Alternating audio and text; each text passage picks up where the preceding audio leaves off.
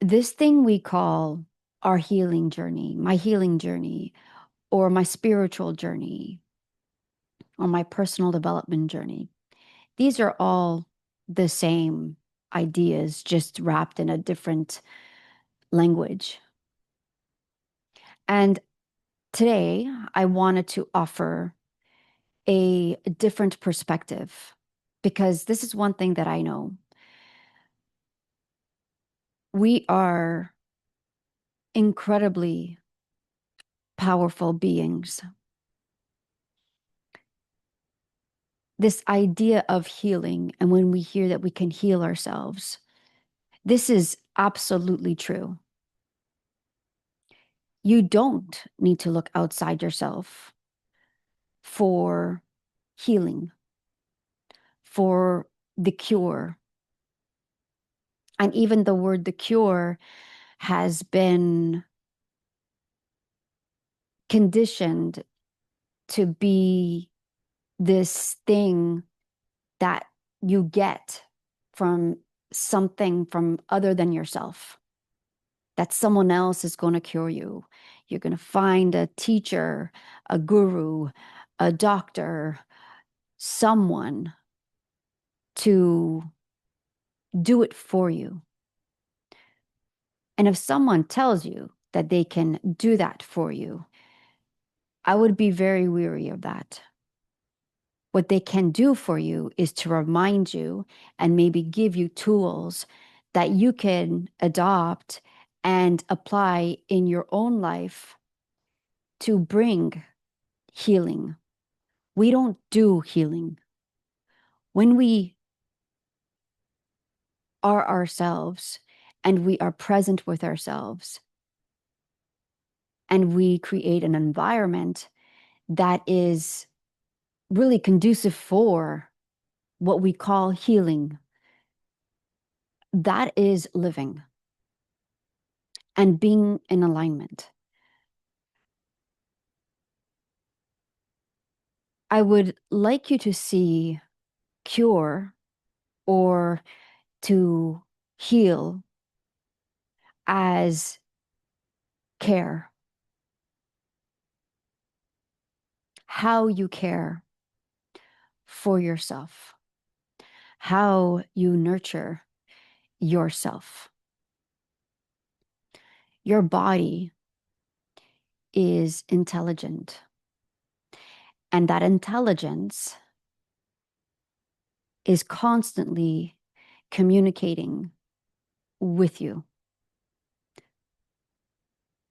Why you can't hear that communication and that intelligence is there is something intercepting. There is too much noise. And we have confused the mind for this intelligence. The mind isn't against you, but we are using it as a tool for healing. But when you recognize that if we're using the mind as the primary source for, say, happiness, contentment, joy, pleasure, peace, calm, when that part of the mind that we are listening to is the part of the mind that was created when we experienced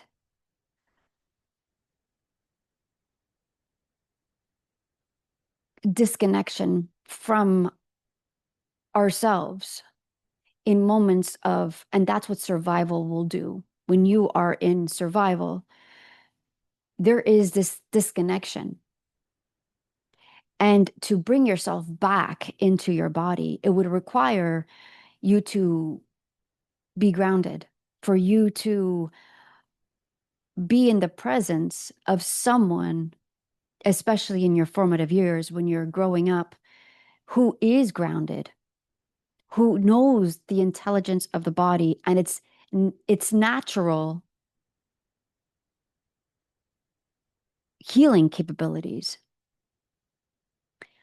But the body cannot heal if it's in survival, because if you understand how the body works, you will see that it's always working for you.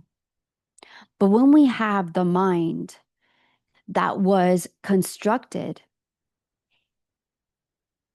based on not coming back to ourselves in moments of disconnection, our healing journey now looks like it looks like that. I need to fix something. I am broken. I I need to be better. And then we have this relationship with the body of, it's this love-hate relationship. You love it some days, you don't love it some days. And when you understand how these ideas and thoughts influence how the body is going to respond, we will constantly be searching and seeking, because that part of the mind is what we call ego. Ego isn't who you are. And there's this idea that ego isn't bad, isn't, and I honestly, you are not your ego. You are you. You are this human. And what does it mean to be in this human body? Your body is always protecting you. It's always protecting you. But it needs the right environment in order to do its job properly. And so, like I said, healing can only happen in the right environment. If the body is in constant survival, if it's constantly in your sympathetic nervous system, because we have two branches of our central nervous system. So our body has the brain and our spinal column, our spinal cord. And this is our nervous system. The body is always communicating with this central nervous system, the brain and our spinal cord. And from the spinal cord, the body, where from the neck down, we have a part of that nervous system that is called the peripheral nervous system. And then we have from there our other branches of communication. Sympathetic nervous system isn't bad. We need both sides. But when the body is in constant either fight, flight, freeze, or fawn, and not going into your rest, digest, and elimination, there is a problem. That is a problem. And how we bring that back into balance so that the body can heal. Because if the body is not going into parasympathetic, the body cannot heal. The body will require you to be slow, present, calm, relaxed, and not perform it, but to actually be present, calm. And that requires you to feel safe. So this is what happens when ego in the mind is taking over. It's going to make you find safety in avoiding discomfort. So you'll have this false sense of safety. Because if you look at the body, you will know that the body is not safe because it's in constant survival. Just because this part of your nervous system is going to be activated in moments where there is a threat, that does not equal that is where your safety is. That is to get you out of it. That is to alert you. It's going to create physiological changes so that you can focus on this very thing that is threatening to the body. Your nervous system, its main role is to keep the body alive, even if it has to compensate somewhere. And there's no room for repair, for restoration, for being present. That is not true safety. That is survival. We can't confuse being safe, truly safe, and comforted, and grounded, and rested as survival. But ego will make survival its safety. The body will tell you what it needs. Always, always. But if we are hijacked, if the system is hijacked and in constant fight, flight, freeze, or fawn,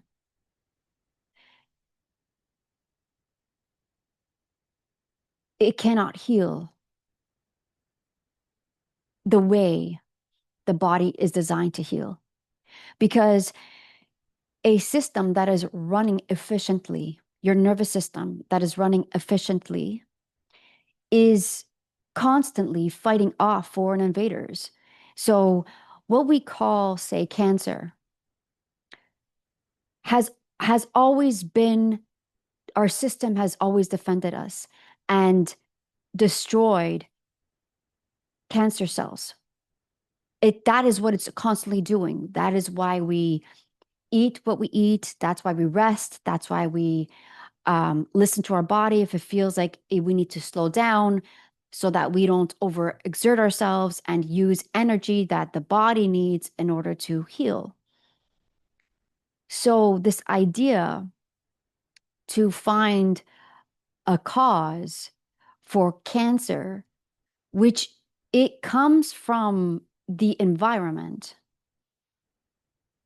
It isn't born within you. It's not something that the body grows. It comes in. It comes into the body. Always. Like we receive information. We are receivers of information.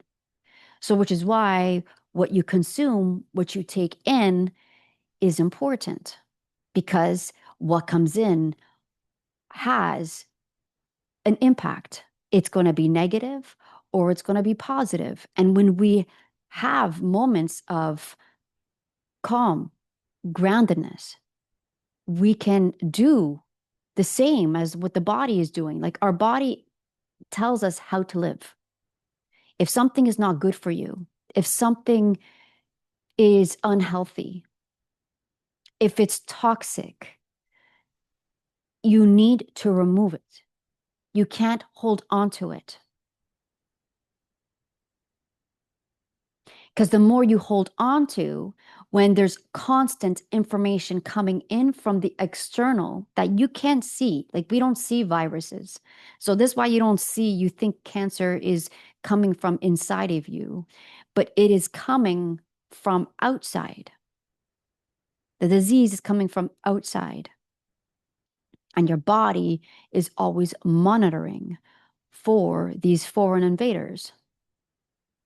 So in a healthy state, in a system that is constantly being restored and nurtured and living, not that you being in having stressful situations isn't a part of life, it is, but to be stressed all the time is not normal, is not actually natural. Even the word normal is um, something to look at because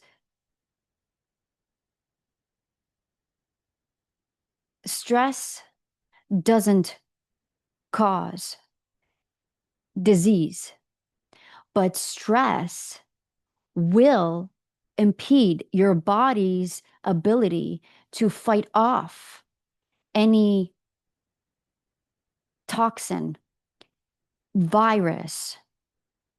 And so stress is the first messenger that there's something going on inside your body and your mind.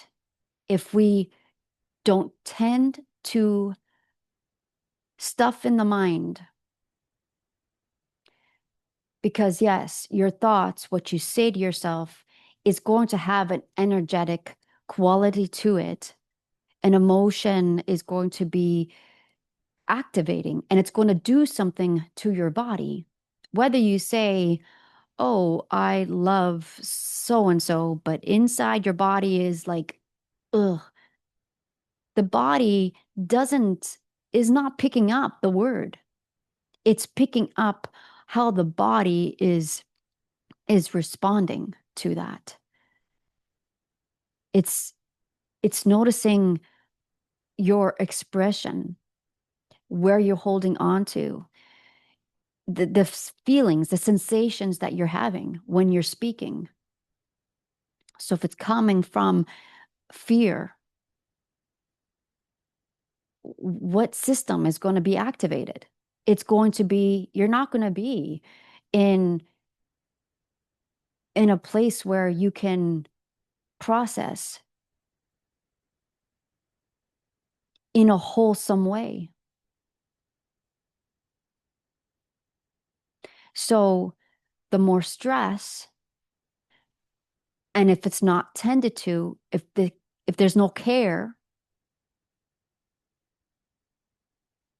for the body, and then that stress warning then will turn into some sort of disease. Then the body begins to, there is like this internal war, conflict happening. And if you look at the mind is going to give you an idea of what is happening in the body. So if you have internal conflict with your thoughts, with what you're saying, with what you're doing and what you actually feel like doing, but you're doing it because either you have to, or you were told to, or you adapted to, but it makes you not feel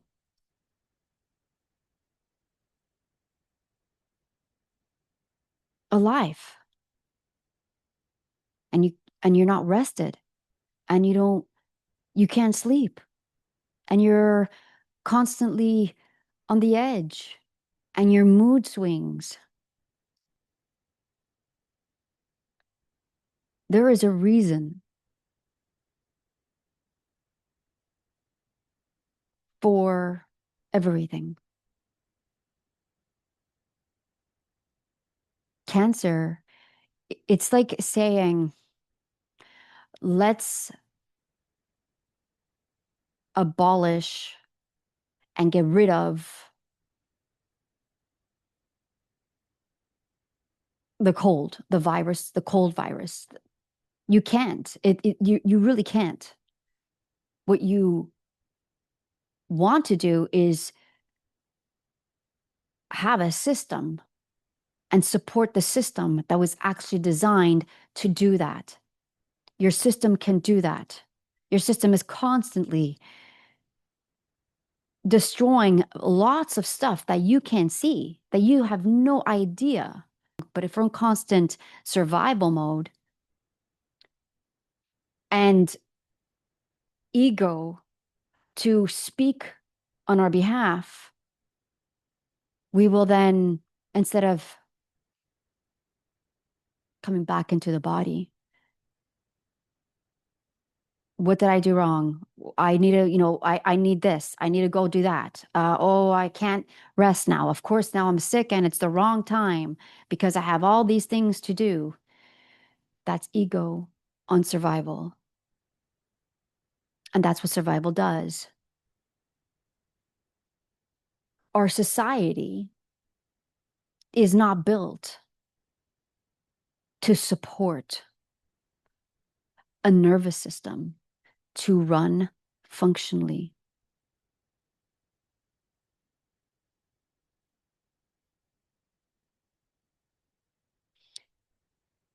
If you can see the dismantling of structures and systems, if you returned to a system that would heal itself as it was designed to do.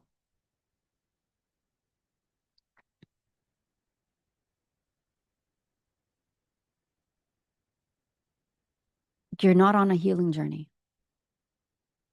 If it's a healing journey, then it's going to be a constant wanting to fix something that is not broken. Why you feel broken is because ego has fragmented parts of you.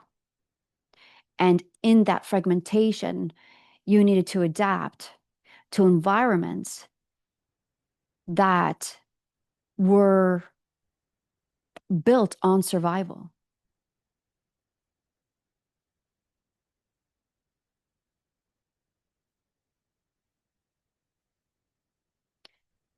So just coming back to yourself, it's not just, I know, I know it's not easy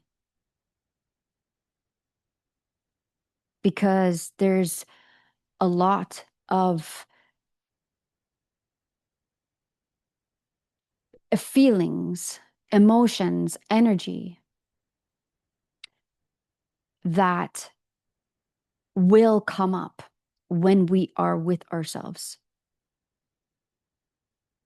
That is causing a lot of pressure in our system. Is this the memory? And you'll know that just by going into your mind. The mind will give you an idea of what's happening inside the body. A clear mind is a clear system. Can we have a clear mind in today's way of living? I'm going to hold on to what I call hope. And that is having other possibilities exist. So, yes, I'm going to say yes, but it requires a community to make that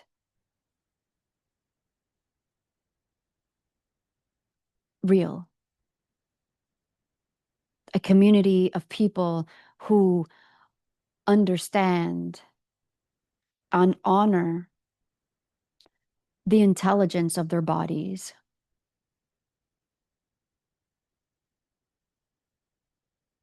And I know for myself, when I went into this journey, my healing journey, I used that same language. And then I saw how I saw ego Like I met my ego, and it's not something that you can eradicate. You can't erase it. You can't destroy ego, but you can release it. You can begin to let parts of it go. I was curious, and I think curiosity, it shares the same root as cure, and cure is actually care, to nurture. And to do that is to be curious and not hold any kind of judgment. Judgment is ego. It wants to control. You don't control the outside, but what you can do is care for your body, your mind, and those that you are connected with. But if we're in constant survival,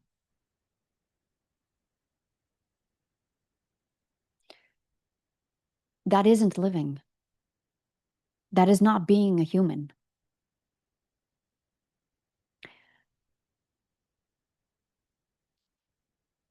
You will hear people have shared their story about their own spiritual awakening, and they will mention, a stage of um, going through the dark night of the soul.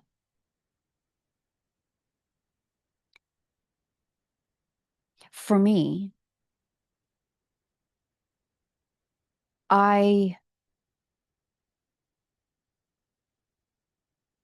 I got stuck because I saw the truth of what being a human is.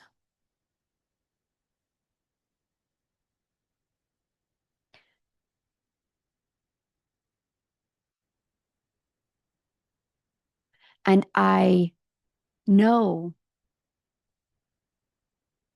what living in survival is and being controlled by your ego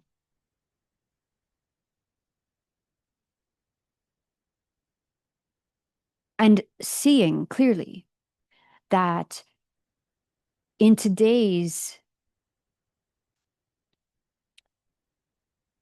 world,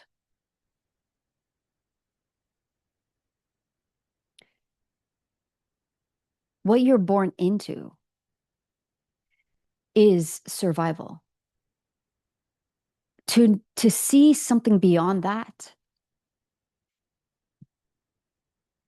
unless you experience it, it's hard to believe. It's like that isn't how life works. And so for me, I was like, why did I do this to myself? Like, why did I see that? Because I have to go back into that. I have to go back into that. And I'm like, I don't want to because I want my body to take care of me. I want to take care of my body. But it's like, how do I function? Because the moment I go outside and I am exposed to so much noise, like when we are in survival, we don't realize just all of the noise that's outside with all the cars, the streetcar, all the people, all of the things that are happening, the lights, the music, the sounds, the honking, the sirens, the dogs, everything happening.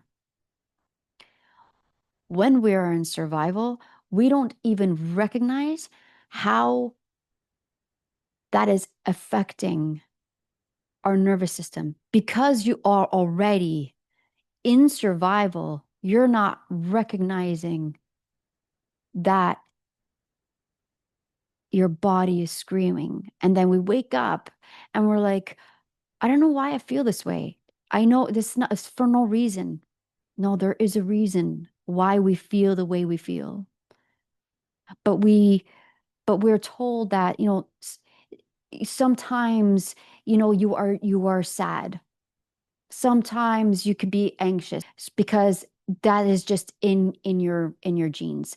Or there might be some truth to that because you will inherit a nervous system of the one that you were born into. So if you can track and look back into your childhood, you know, think of what was the nervous system in my house. Like, don't even attach yourself to the story because then you're going to go into the mind and then ego is going to get you stuck in the story. Just think about the nervous system of your house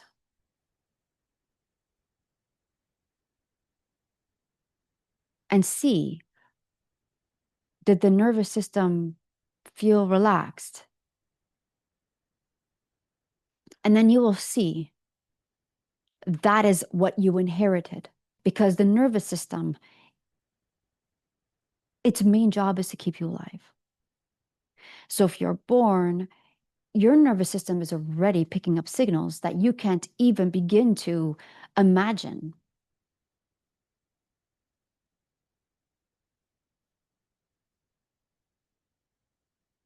Even if it was quiet, which is why sometimes quiet can feel soft and calming and loving and warm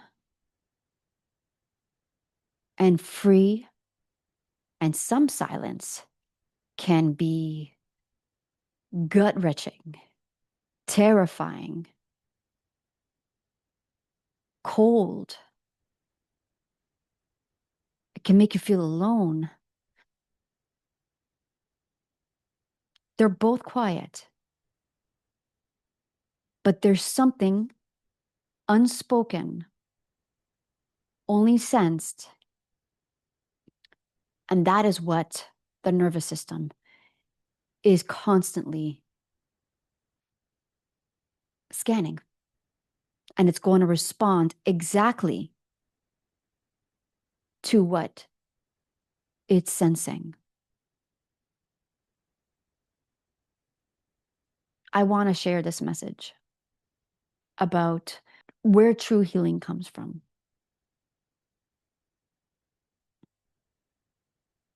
It's, and that's why the answers are within you.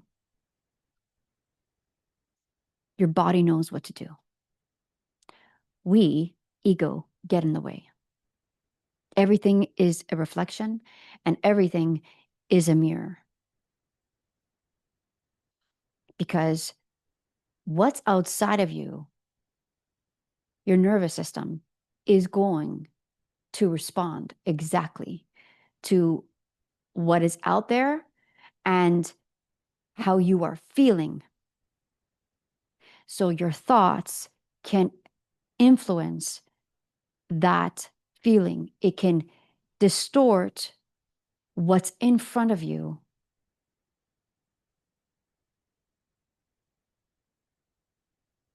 to what is actually present. But if you're in survival, presence is not in the room with you. Love is presence.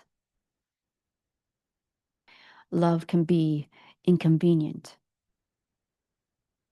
But what love does reveal to you is the truth. And sometimes it hurts, but it always is for your greater good. If you are here and still listening, and if you are on a journey and you're calling it a healing journey.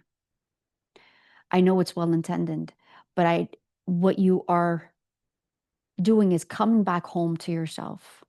And I want you to think about home. What does that feel like to you? And if that is not how you are currently feeling in your body, be curious. How can you bring that? Because you have the ability to give that to yourself. It's not outside yourself. A good start would be understanding how the parasympathetic nervous system works, how to activate it, how to bring that into your experience, because that part of the nervous system comes online when we are safe, not the safe that ego brings you into, because that is still, when ego is present, it is activating your sympathetic nervous system. So creating moments of finding ways that bring you calm and peace and relaxation. And that's going to be different for everyone. It's finding the right rhythm for you. And I hope to really help you see your body in a different way, that it's always, always working for you. Always. Thank you so much for being here, and I'll see you on the next one.